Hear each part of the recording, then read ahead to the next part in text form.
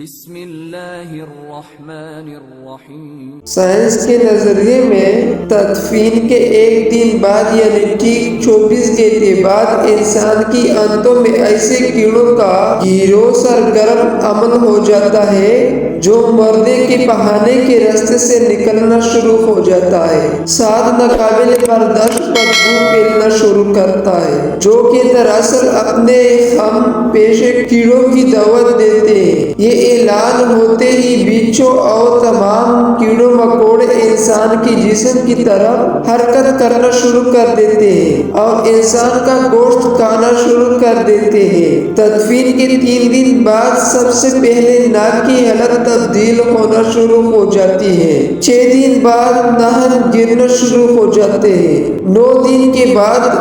بال گرنا شروع ہو جاتے ہیں،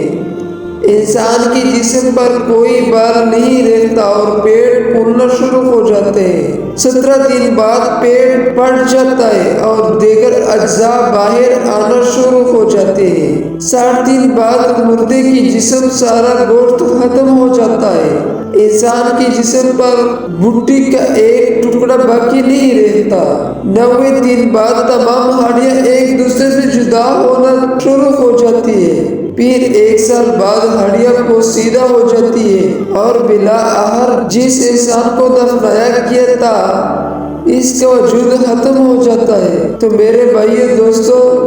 غرور اور تکبر، حرص، لالچ، دشمنی، بغض، جلن، عزت، وقار، نام، عہدہ، بادشاہی،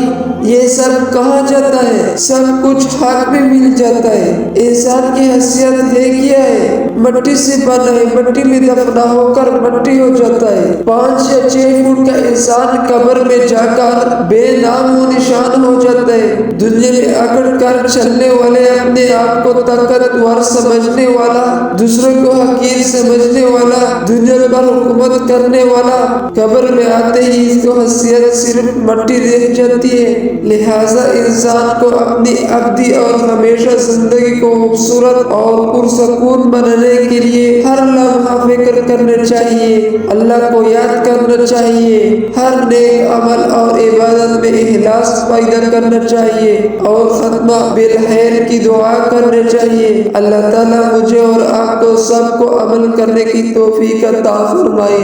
آمین۔